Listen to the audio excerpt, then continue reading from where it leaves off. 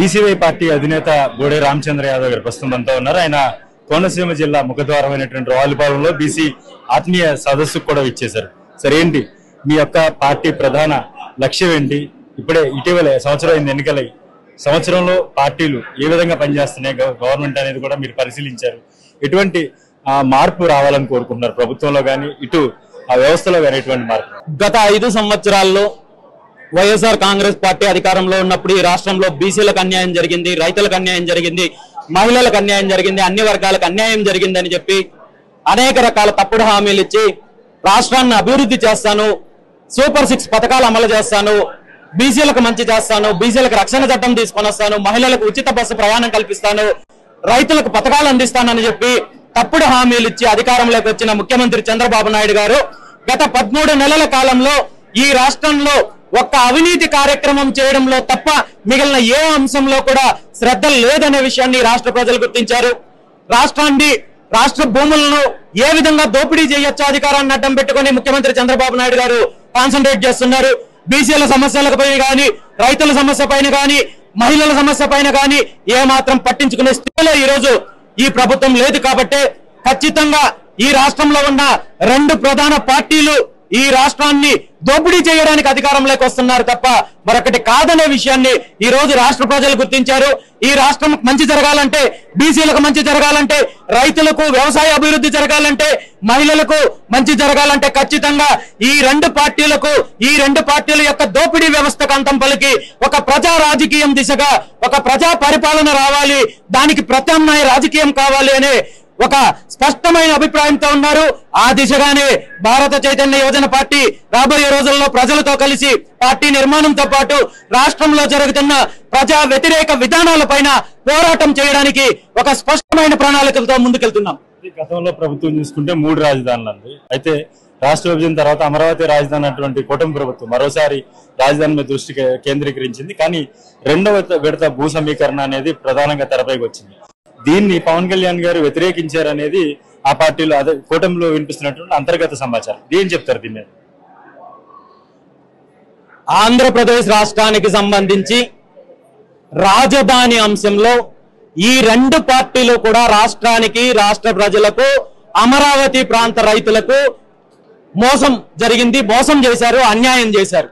ఎందుకంటే రాష్ట్రం విడిపోయిన తర్వాత అధికారంలోకి వచ్చిన చంద్రబాబు నాయుడు గారికి అప్పుడు కేంద్ర ప్రభుత్వంలో భాగస్వామిగా ఉన్నప్పుడు రాష్ట్రానికి సంబంధించి తర్వాత అధికారంలోకి వచ్చిన మాజీ ముఖ్యమంత్రి వైఎస్ జగన్మోహన్ రెడ్డి గారు 3 రాజధానులంటూ అమరావతి ప్రాంతానికి, రాష్ట్రానికి అన్యాయం చేసే కార్యక్రమం చేశారు.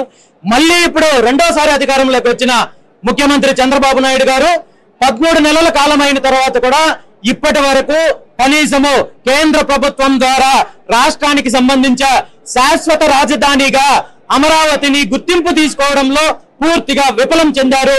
వీళ్ళ శ్రద్ధల్లా రైతుల దగ్గర ఏ విధంగా భూములు కొట్టేయాలి, 1000 ఎకరాల భూములు తీసుకొని ఏదో కంపెనీలకి ఎకరమో అరెకరమో చూపించి అభివృద్ధి పేరు చెప్పి ఏ విధంగా వీళ్ళు బినామీలకి ఇది చేసుకోవాలి, దోపిడీ చేసి పెట్టాలి, వీళ్ళ పార్టీని ఏ విధంగా డెవలప్ చేసుకోవాలనే చింత తప్ప ఈ రాష్ట్రానికి రాజధాని కావాలి, రాజధాని నిర్మాణం జరగాలి, ప్రజలకు మంచి జరగాలి, రాష్ట్రం అభివృద్ధి చెందాలనే చిత్తశుద్ధి కనీసం 1% కూడా లేదు. కాబట్టి దీని మీద కూడా రాబోయే రోజుల్లో బీసీవై పార్టీ స్పష్టంగా ఖచ్చితంగా పోరాటం చేస్తుందని చెప్పి ఈ సందర్భంగా తెలియజేస్తున్నాను. ప్రధానంగా చూసుకుంటే పరిశ్రమల ఏర్పాటుకి సంబంధించి కరేడు భూముల వివాదం జరుగుతోంది ప్రస్తుతం. ఇండోసోల్ కంపెనీకి సంబంధించి అటు గత ప్రభుత్వంలో ఇచ్చినవి కానీ ఇప్పుడు కానీ ఆమోదం తెలపడం. అయితే మీరు మొన్నటి వరకు కూడా ఈ భూముల వ్యవహారంలో చాలా యాక్టివ్ పార్టీ తీసుకున్నారు. సడన్ గా ఎందుకు మీరు బయటకు రావాల్సి వచ్చింది ఉద్యమం నుంచి? మొన్న జగన్మోహన్ రెడ్డి గారిని ఆ రైతులు కలవడం ఎలా చూస్తారు? ఈరోజు కరేడు ప్రాంతంలో కూటమి ప్రభుత్వం సుమారు 8,300 ఎకరాల భూమిని రైతుల దగ్గర నుండి బలవంతంగా లాక్కుని రానున్న రోజుల్లో బీసీవై పార్టీకి సంబంధించిన ప్రత్యేక కార్యాచరణ ఏంటి? స్థానిక సంస్థల ఎన్నికలు రానున్నాయి, మున్సిపల్ ఎన్నికలు రానున్నాయి. దీనికి సంబంధించి ఎటువంటి కార్యాచరణతో ముందుకెళ్తారు? ఖచ్చితంగా పార్టీని అన్ని స్థాయిల్లో బలోపేతం చేస్తూ పార్టీ నిర్మాణం చేపడుతూ అతి తొందరలోనే బీసీవై భరోసా యాత్ర అనే పేరుతో జిల్లాల పర్యటన మొదలు పెట్టబోతున్నాము. ఈ పర్యటన ద్వారా ఈ 2 పార్టీలు గతంలో ఉన్న అధికారంలో ఉన్న వైఎస్ఆర్ కాంగ్రెస్ పార్టీ ఇప్పుడు అధికారంలో ఉన్న తెలుగుదేశం పార్టీ ఏ విధంగా ప్రజలను మోసం చేస్తోందో, ఏ విధంగా రైతులను, మహిళలను, బీసీలను, దళితులను అన్యాయం చేస్తోందో ప్రజల్లో చైతన్యం తీసుకొని వచ్చి పార్టీ నిర్మాణం చేపట్టి వచ్చే స్థానిక సంస్థల ఎన్నికల్లో ఈ రెండు పార్టీలకు బుద్ధి చెప్పడానికి బీసీవై పార్టీ సిద్ధపడుతోందని చెప్పి ఈ సందర్భంగా తెలియజేస్తున్నారు. హలో, తెలుగు రాజ్యం ఛానల్ చూస్తున్నారా? సామాజిక, రాజకీయ, జీవన చిత్రణే తెలుగు రాజ్యం. అతిశయోక్తులు, అసత్యాలు ఉండవు. రాజకీయ కోణం కాదు, ప్రజా కోణమే కొలబద్ద. తెలుగు రాజ్యం వీక్షణ మీ ఉత్తమ అభిరుచికి నిదర్శనం.